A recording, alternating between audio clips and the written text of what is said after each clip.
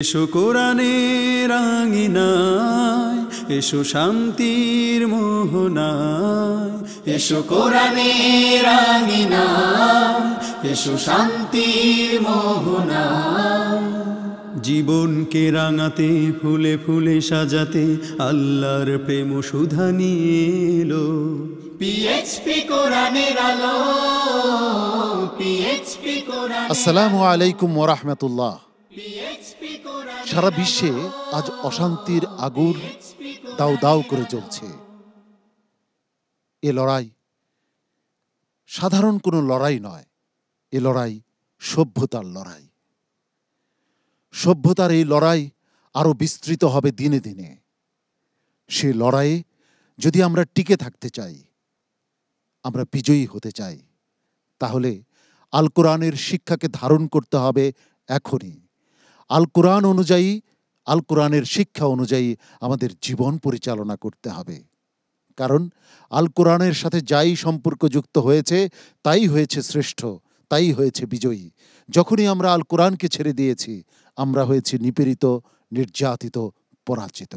আল কোরআনুল করিমের তিলাওয়াতের অনুষ্ঠান, হিফজুল কোরআন প্রতিযোগিতার এক অনবদ্য অসাধারণ আয়োজন পিএইচপি কোরআনের আলো প্রতিভার সন্ধানে 2025-এ আপনাদের সবাইকে স্বাগত জানাচ্ছি। আমি শাহ ইফতেখার তারিক। এই অনুষ্ঠানের টাইটেল স্পন্সর হিসাবে রয়েছে পিএইচপি ফ্যামিলি, কো স্পন্সর হিসাবে রয়েছে Al Arafah Islami Bank PLC, smart synthetic colour paste, Centre for Zakat Management, Infinity Mega Mall, Savoy ice cream, Air Asia ও ইসলামী ব্যাংক পিএলসি। দ্বিতীয় রাউন্ডের আজকের পর্বে 4 জন প্রতিযোগী পারফর্ম করবে ইনশাআল্লাহ। এই 4 প্রতিযোগীর মধ্য থেকে 3 জন যাবে পরবর্তী রাউন্ডে, আর একজনকে বিদায় নিতে হবে। প্রতিযোগীকে মঞ্চে ডাকবার আগে সম্মানিত বিচারক মণ্ডলীর সঙ্গে আপনাদের পরিচয় করিয়ে দিচ্ছি। সম্মানিত বিচারক হিসেবে আমাদের মাঝে উপস্থিত রয়েছেন আন্তর্জাতিক কারি জহিরুল ইসলাম। আসসালামু আলাইকুম ওয়া রাহমাতুল্লাহি ওয়া বারাকাতুহু। শাইখুল কুররা শেখ আব্দুল হক। আসসালামু আলাইকুম ওয়া রাহমাতুল্লাহ। আন্তর্জাতিক কারি শোয়েব মোহাম্মদ আল আজহারি। আসসালামু আলাইকুম ওয়া রাহমাতুল্লাহি ওয়া বারাকাতুহু। সম্মানিত অতিথি হিসাবে আমাদের মাঝে উপস্থিত রয়েছেন বিশিষ্ট আলেমে দ্বীন মুফতি মুশতাকুন নবী।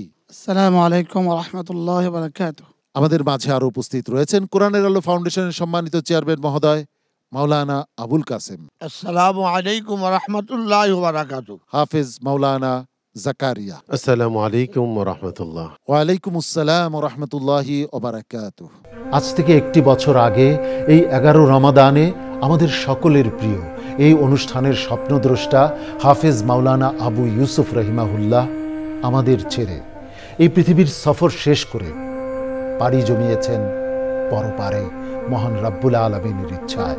আজ এই বিশেষ দিনে মহান রাব্বুল আলামিনের কাছে কায়মুন বাক্যে প্রার্থনা করছি, হে আল্লাহ, মাওলানা আবু ইউসুফকে আপনি জান্নাতের উচ্চ মাকাম দান করুন।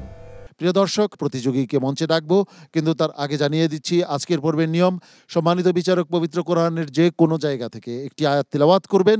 সেই আয়াতটি যে পৃষ্ঠায় রয়েছে সেই পৃষ্ঠার শুরু থেকে প্রতিযোগীকে তিলাওয়াত করে যেতে হবে। আজকের পর্বের প্রথম প্রতিযোগী হিসাবে মঞ্চে ডেকে নিচ্ছি লাখাই হবিগঞ্জের প্রতিযোগী মুহিবুল্লাহ মাসুম। হাফেজ মুহিবুল্লাহ মাসুম আসছে হবিগঞ্জের লাখাই থেকে।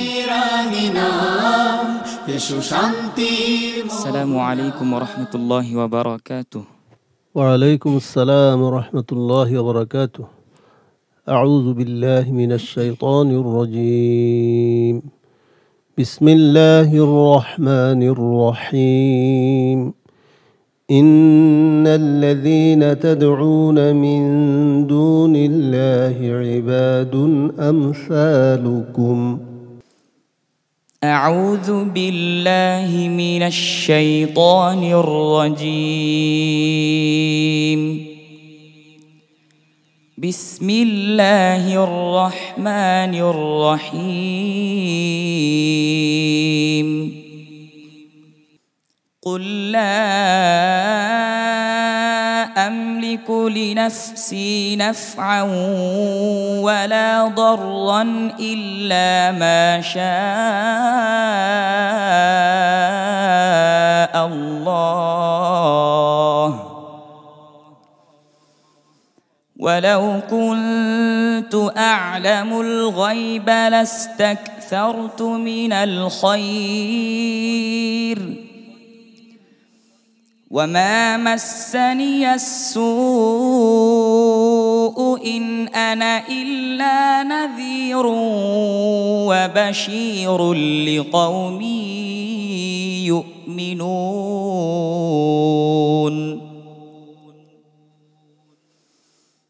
هو الذي جعلكم من هو الذي جعل لكم هو الذي خلقكم هو الذي خلقكم من نفس واحدة وجعل منها زوجها ليسكن إليها فلما تغشاها حملت حملا خفيفا فمرت به فلما أثقلت دعوا الله ربهما لئن آتيتنا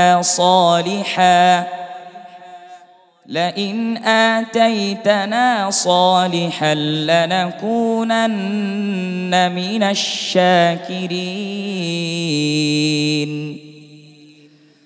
فلما آتاهما صالحا جعلا له شركاء فيما آتاهما فتعالى الله عما يشركون أيشركون ما لا يخلق شيئا وهم يخلقون ولا يستطيعون لهم نصرا ولا أنفسهم ينصرون وإن تدعوهم إلى الهدى لا يتبعوكم سواء عليكم أدعوتموهم أم أنتم صامتون إن الذين تدعون من دون الله عباد أمثالكم فادعوهم فليستجيبوا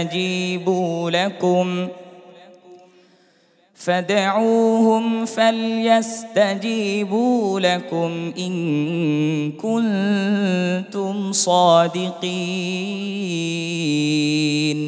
حسبك صدق الله العظيم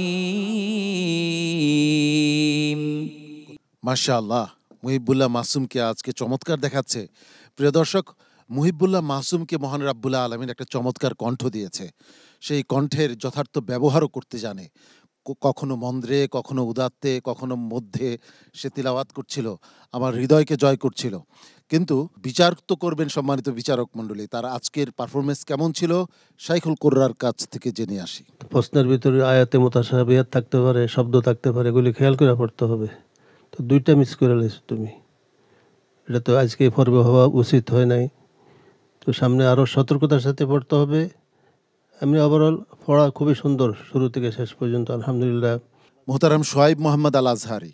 মুহিবুল্লাহ মাসুম একজন শক্ত প্রতিযোগী, আমরা তোমাকে সেভাবেই জানি, এবং তোমার তিলাওয়াত ও চমৎকার তিলাওয়াত, মাখারিজ, সিফাত, তাজউইদ সব কিছুই ভালো মাশাআল্লাহ। কিন্তু এভাবে একটি সাধারণ একটি ইয়াদের ভুল, এটা তো খুবই দুঃখজনক। তোমার জন্য অনেক দোয়া রইল, আরও খেয়াল করতে হবে। হাফেজ মাওলানা জাকারিয়া, আপনার কাছে কেমন লেগেছে মুহিবুল্লাহ মাসুমের পারফরমেন্স? আলহামদুলিল্লাহ, আমার কাছে খুব ভালো লেগেছে। আমি শুধু মুগ্ধ হয়ে ওর দিকে তাকিয়েছিলাম আর দেখছিলাম যে আল্লাহ সুবহানাহু ওয়া তাআলার কোরআন একজন মানুষ কত সুন্দরভাবে তেলাওয়াত করতে পারে। মুহিবুল্লাহ মাসুম, তোমার জন্য অনেক অনেক দোয়া এবং ভালোবাসা আমার পক্ষ থেকে। আসসালামু আলাইকুম ওয়া রাহমাতুল্লাহি ওয়া বারাকাতুহু। পিএইচপি কোরআনের আলো, পিএইচপি কোরআনের আলো। প্রিয় দর্শক, আমরা খুঁজছি 2025-এর সেরা প্রতিযোগীকে, যার জন্য রয়েছে 4 লক্ষ টাকা পুরস্কার এবং উস্তাদ সহ বাইতুল্লাহ জিয়ারতের সুবর্ণ সুযোগ। দ্বিতীয়, তৃতীয়, চতুর্থ স্থান অধিকারীর জন্য রয়েছে 3 লক্ষ, 2 লক্ষ, 1 লক্ষ টাকা পুরস্কার এবং উমরার ব্যবস্থা। পবিত্র উমরা স্পন্সর করেছে পিএইচপি ফ্যামিলি, বাকি পুরস্কার স্পন্সর করেছে বাংলা ক্যাট। বিরতির আগে আমরা আজকের পর্বের প্রথম প্রতিযোগীর পারফরমেন্স উপভোগ করেছি। এবারে ডেকে নিচ্ছি পরবর্তী প্রতিযোগীকে। পরবর্তী প্রতিযোগী এসেছে ময়মনসিংহ থেকে, তার নাম আবু তলহা। হাফেজ আবু তলহা আসছে ময়মনসিংহ থেকে। এসো শান্তির মোহনা, জীবনকে রাঙাতে। আসসালামু আলাইকুম ওয়া রাহমাতুল্লাহি ওয়া বারাকাতুহু। ওয়া আলাইকুম আসসালাম ওয়া রাহমাতুল্লাহি ওয়া বারাকাতুহু। أعوذ بالله من الشيطان الرجيم وما يتبع أكثرهم إلا ظنا أعوذ بالله من الشيطان الرجيم بسم الله الرحمن الرحيم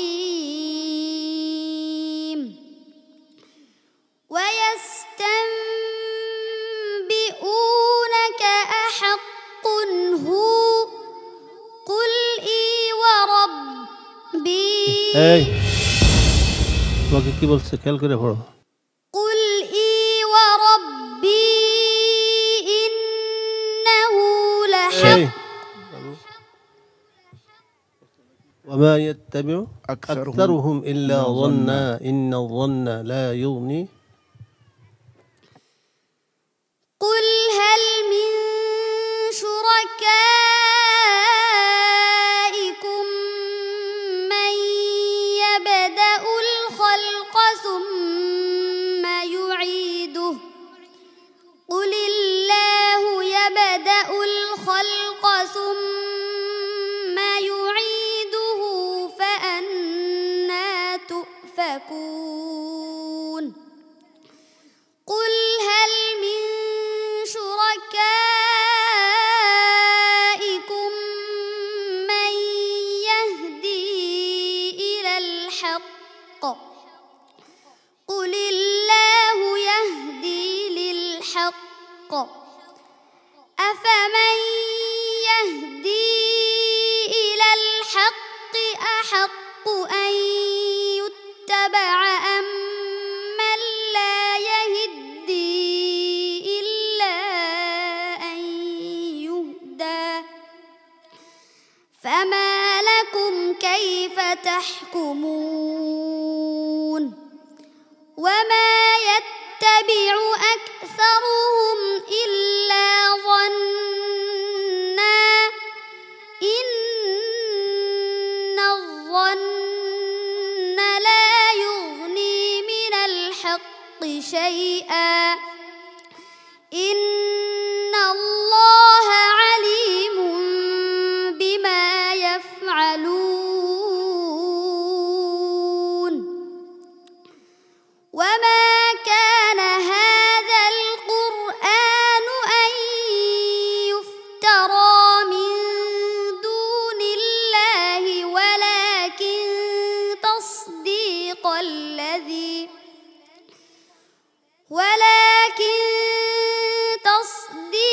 الذي بين يديه وتفصيل الكتاب لا ريب فيه من رب العالمين أم يقولون افتراه قل فأتوا بسورة مثله وادعوا من استطعتم من دون الله إن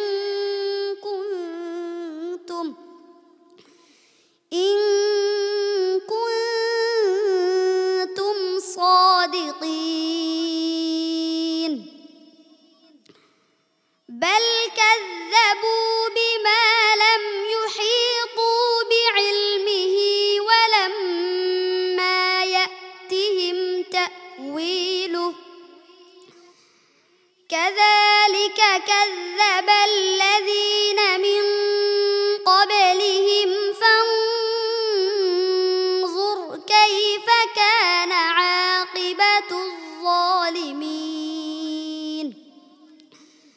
ومنهم من يؤمن به ومنهم من لا يؤمن به وربك أعلم بالمفسدين وإن كذبوك فقل لي عملي ولكم عملكم أنتم بريئون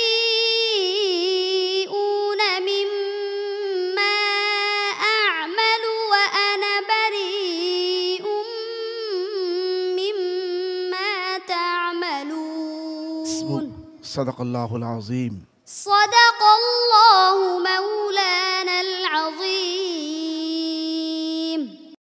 মাশাআল্লাহ। আবু তালহার পারফরমেন্স কেমন ছিল সম্মানিত বিচারক মণ্ডলীর কাছ থেকে জেনে আসি। শাইখুল কুররা, আবু তালহার পারফরমেন্স কেমন ছিল? খুব শক্ত প্রতিযোগী আলহামদুলিল্লাহ। তো আজকের পর্বটা একটু কঠিন, একটু খেয়াল করে তুমি প্রশ্নটা ধরতে পারো নাই। তোমাকে 2বার সতর্ক করা হয়েছে, তারপর 3য়বার যায় ধরছ। এটাও আজকে হওয়া উচিত হয় নাই, একটু মিস্টেক হয়ে গেছে। বাকিটা আলহামদুলিল্লাহ খুব সুন্দরভাবে সে উপহার দিয়েছে, পরিবেশন করছেন। ইনশাল্লাহ তুমি এগিয়ে যাও, আল্লাহ তাআলা তোমাকে কবুল করুন, আমিন। মোহতারাম কারি জহিরুল ইসলাম, আপনার প্রতিক্রিয়া শুনতে যাচ্ছি। জি আলহামদুলিল্লাহ, আলহামদুলিল্লাহ। এই ছোট্ট বয়সে সে এত সুন্দর তেলাওয়াত আমাদেরকে শোনাইয়েছে, আমি তার প্রশংসা ছাড়া অন্য কিছু বলতে ভালো লাগছে না। আল্লাহ তাআলা তোমাকে সফলতা দান করুন। মোহতারাম চেয়ারম্যান মহোদয় মাওলানা আবুল কাসেম। পড়া খুব সুন্দর হয়েছে, খুব ভালো হয়েছে। আমি তার জন্য দোয়া করি, তুমি সামনে এগিয়ে যাও। আবু তালহা, দোয়া এবং ভালোবাসা। السلام عليكم ورحمة الله وبركاته পরবর্তী প্রতিযোগী হিসাবে মঞ্চে ডেকে নিচ্ছি কানাইঘাট সিলেটের প্রতিযোগী ওয়ালিউল্লাহ আলিমকে। হাফেজ ওয়ালিউল্লাহ আলিম আসছে সিলেটের কানাইঘাট থেকে। السلام عليكم ورحمة الله وبركاته وعليكم السلام ورحمة الله وبركاته. أعوذ بالله من الشيطان الرجيم. ويسألونك عن الجبال. أعوذ بالله من الشيطان الرجيم. بسم الله الرحمن الرحيم.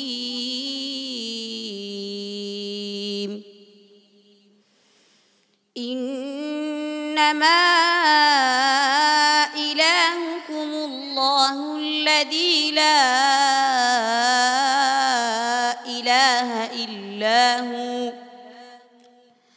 وسع كل شيء علما.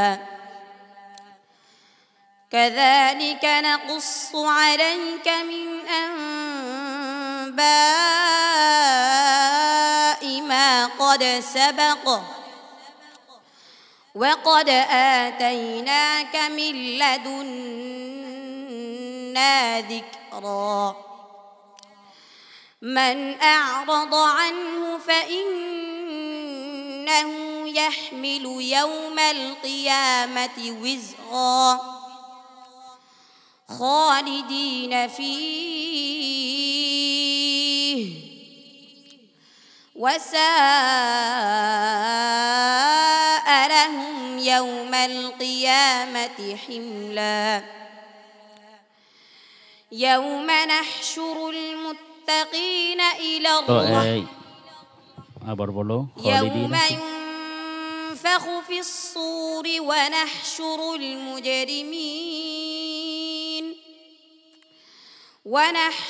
المجرمين يومئذ زرقا. يتخافتون بينهم إن لبثتم إلا عشرا. نحن أعلم بما يقولون إذ يقول أمثلهم طريقة إن لبثتم إلا يوما ويسألونك عن الجبال فقل ينسفها ربي نسفا فيذرها قاعا صفصفا لا ترى فيها عوجا ولا أمتا يومئذ يتبعون الداعي لا عوج له وخشعت الأصوات للرحمن فلا تسمع إلا همسا يومئذ لا تنفع الشفاعة إلا من أذن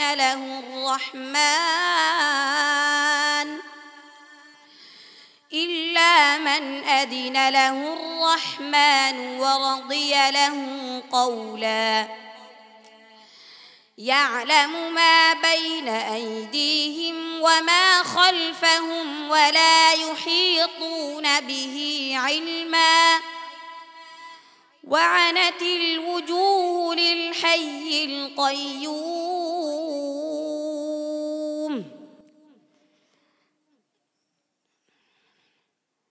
ها بولو وعنت الوجوه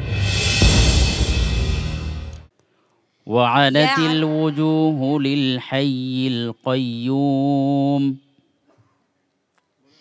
يعلم ما بين أيديهم وما خلفهم ولا يحيطون به علما وعنت الوجوه للحي القيوم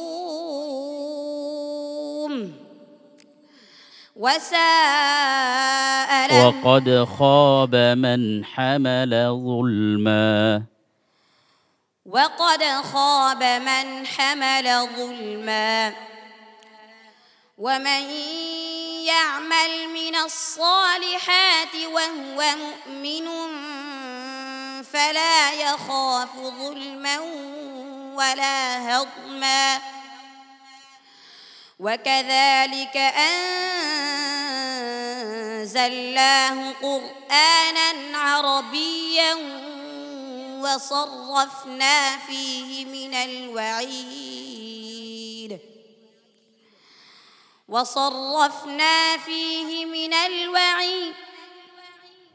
ها بولو وصرفنا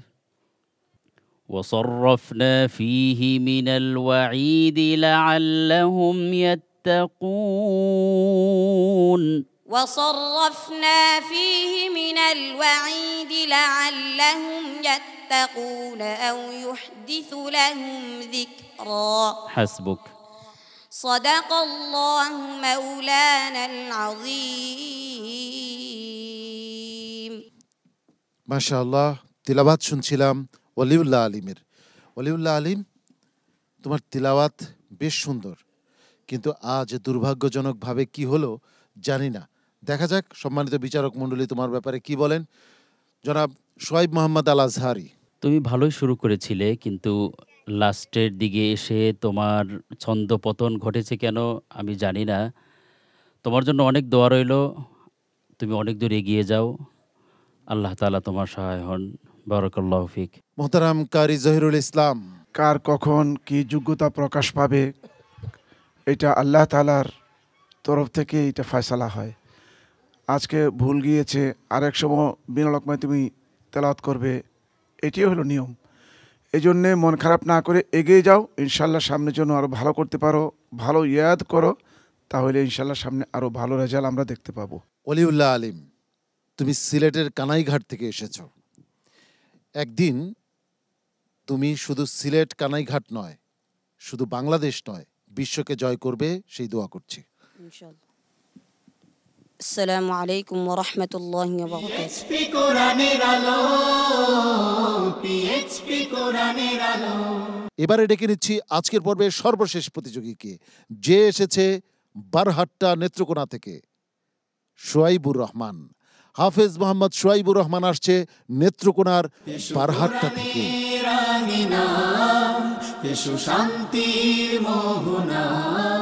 আসসালামু আলাইকুম রহমতুল্লাহি ওয়া বারাকাতুহু। وعليكم السلام ورحمة الله وبركاته. أعوذ بالله من الشيطان الرجيم. ووصينا الإنسان بوالديه حملته أمه وهنا على وهن. أعوذ بالله من الشيطان الرجيم. بسم الله الرحمن الرحيم.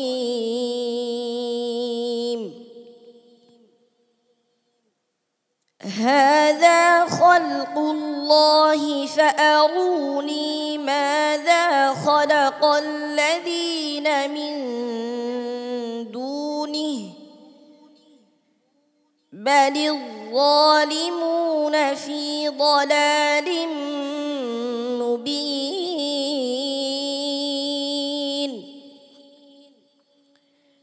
ولقد آتينا لقمان الحكمة أن اشكر لله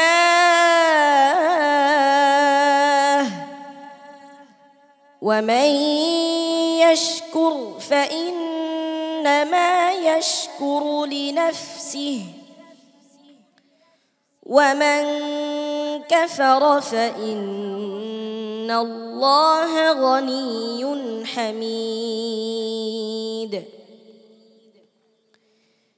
وإذ قال لقمان لابنه وهو يعظه يا بني لا تشرك بالله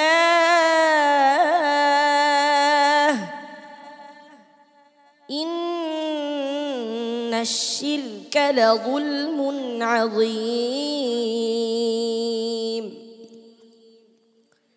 ووصينا الإنسان بوالديه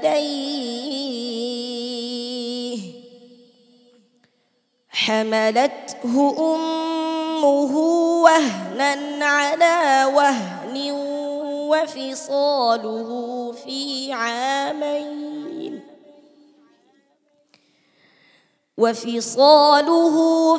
عامين أن اشكر لي ولوالديك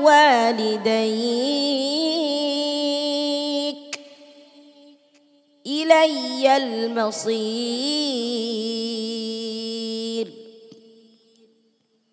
وإن جاهداك على أن تشرك بي ما ليس لك به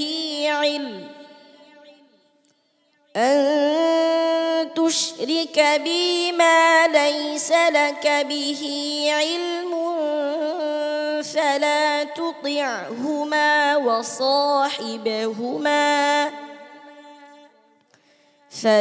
تطعهما وصاحبهما في الدنيا معروفا واتبع سبيل من أناب إلي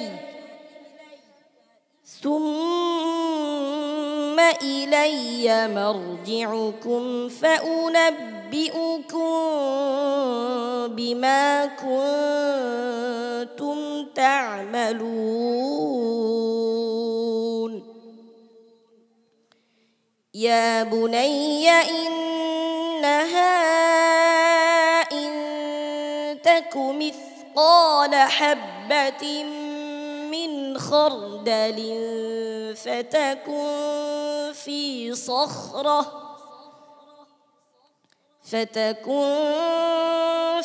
صخرة أو في السماوات أو في الأرض يأت بها الله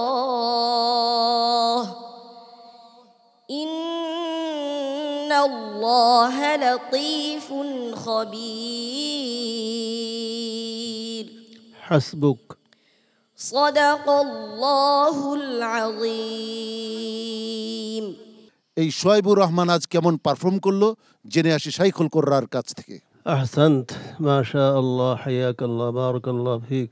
আলহামদুলিল্লাহ, সোহাইব আমাদের আজকের এই পর্বের শেষ প্রতিযোগী। আলহামদুলিল্লাহ, ছোট্ট শিশু, কোমলমতি শিশু, আল্লাহ পাক কীভাবে আল্লাহর কোরআনকে হেফাজত করতেছেন আমরা ইনশাল্লাহ খুব ঠান্ডা মস্তিষ্কে, সুস্থ মস্তিষ্কে, ঠান্ডা মাথায় চিন্তা করব আমাদের সন্তানদেরকে যেন আমরা এইভাবে গড়ে উঠতে পারি, আল্লাহর কোরআনের হাফেজ বানাইতে পারি, হক্কানি আলেম বানাইতে পারি। আল্লাহ তাআলা আমাদের সবাইকে তৌফিক দান করুন, আমিন। মোহতারাম সোহাইব মোহাম্মদ আল আজহারি, কেমন লাগলো সোহাইবুর রহমানের তেলাওয়াত? আসলে খুবই চমৎকার। শুরু থেকেই তাজউইদের প্রতি খেয়াল রেখে খুব ধীর গতিতে খুব সুন্দরভাবে তেলাওয়াত করে যাচ্ছিল সোহাইবুর রহমান। খুব ভালো তেলাওয়াত করেছো এবং আশা করি ইনশাআল্লাহ পরবর্তী যে কোনো মঞ্চে আরও ভালো করবে। এর চেয়ে তোমার জন্য অনেক অনেক দোয়া রইল। মোহতারাম কারি জহিরুল ইসলাম, আলহামদুলিল্লাহ, অতুলনীয় তেলাওয়াত করেছে আজকে সোহাইবুর রহমান। তবে আমার ব্যক্তিগত মত হলো যে প্রতিযোগিতার বিষয় যদি বলি যে হাড্ডাহাড্ডি লড়াই, এভাবে এগিয়ে যেতে হবে। যদি সামনে এগিয়ে যেতে চাও তাহলে তেলাওয়াতের আরেকটু মাধুর্য, সৌন্দর্য বাড়াইতে হবে। আমাদের সম্মানিত অতিথি বিশিষ্ট আলেমে দিন মুফতি মুশতাকুন নবী, তার তিলাওয়াত আপনার কাছে কেমন লেগেছে? সারা পৃথিবীতে যত ধর্মগ্রন্থ আছে, কোনো ধর্মগ্রন্থের কোনো পণ্ডিত এক পৃষ্ঠা মুখস্থ শোনাবার কোনো যোগ্যতা নাই। আর আমাদের 10-12 বছরের বাচ্চা, 8 থেকে 10 বছরের বাচ্চা, এরা কোরআন কারীমের 30 পারা মুখস্থ শোনাতে পারে। আর এটাই প্রমাণ, কোরআন ওয়ানজালনা বিল হক, কোরআনকে আমি হকের সাথেই নাজিল করেছি। ওয়ানাজালা বিল হক, হকের সাথেই কোরআন কারীম নাজিল হয়েছে। এটার প্রমাণ। ইনশাআল্লাহ এভাবেই কোরআন কারীমকে রব্বে কারীম কিয়ামত পর্যন্ত হেফাজত করবেন। আমরাও ইনশাআল্লাহ আমাদের সন্তানদের ব্যাপারে এখন থেকেই সচেষ্ট হব। আমরা ইনশাআল্লাহ আমাদের প্রত্যেকের সন্তানদেরকে কোরআন কারীমের বিশুদ্ধ তেলাওয়াত শেখাবার জন্য চেষ্টা করব। আল্লাহ তাআলা এই সোহাইবকে সর্বোচ্চ আসনে আসীন করে দেন। অনেক অনেক ধন্যবাদ সম্মানিত অতিথি সোহাইবুর রহমান, তোমার জন্য দোয়া এবং ভালোবাসা দর্শকদের পক্ষ থেকে আমি জানাচ্ছি। আসসালামু আলাইকুম ওয়া রাহমাতুল্লাহি ওয়া বারাকাতুহু। পিএইচপি কোরআনের আলো প্রতিভার সন্ধানে 2025-এর আজকের পর্বের 4 জন প্রতিযোগীর পারফরমেন্স আমরা উপভোগ করেছি। প্রিয় দর্শক, এবার ফলাফল ঘোষণার পালা। প্রিয় দর্শক, এই পর্বের শুরুতে আমি বলেছিলাম আগত যুদ্ধে যদি বিজয়ীর স্থানে থাকতে হয়, যদি টিকে থাকতে হয়, তাহলে কোরআনকে ধারণ করতে হবে। কোরআনের শিক্ষাকে আমাদের ব্যক্তিগত জীবন থেকে শুরু করে সকল পর্যায়ের জীবনে বাস্তবায়ন করতে হবে। প্রিয় দর্শক, আজকের পর্বের 4 জন প্রতিযোগীর পারফরমেন্স আমরা বিরতির আগে উপভোগ করেছি। এবার ফলাফল ঘোষণার পালা। ফলাফল ঘোষণার আগে এই 4 প্রতিযোগীকে ডেকে নিচ্ছি আমার পাশে। তোমরা চলে এসো আমার কাছে।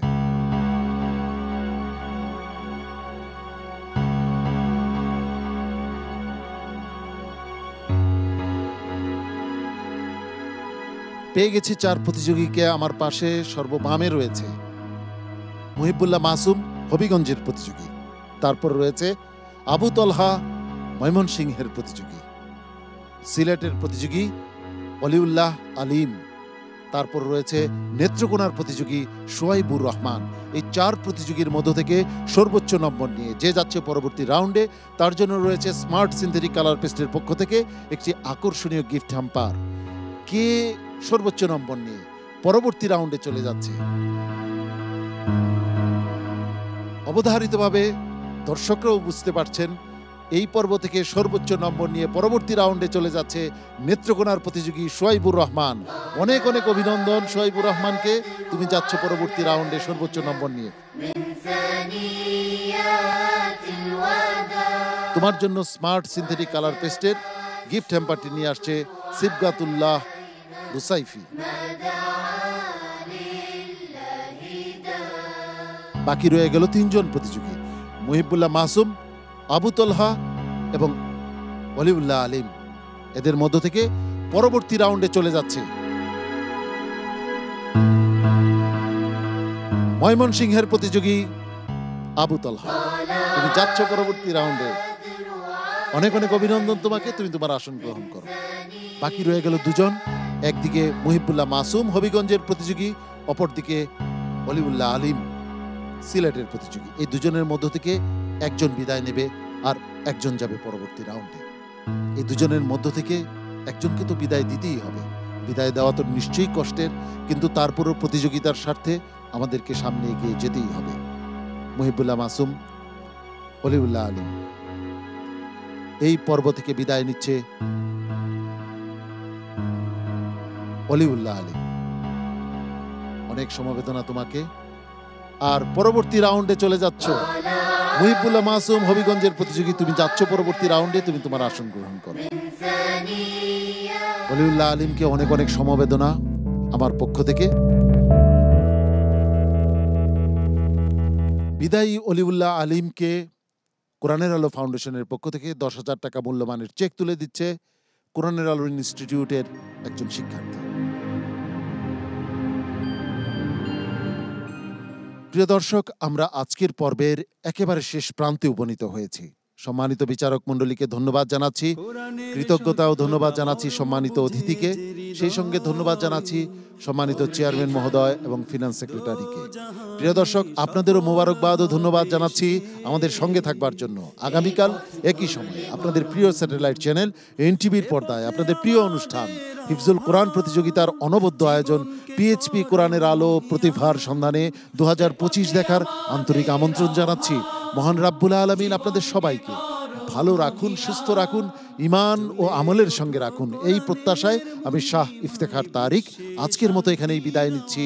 আসসালামু আলাইকুম ওয়া রাহমাতুল্লাহি ওয়া বারাকাতুহু। পিএইচপি কোরআনের আলো, পিএইচপি কোরআনের আলো, পিএইচপি কোরআনের আলো।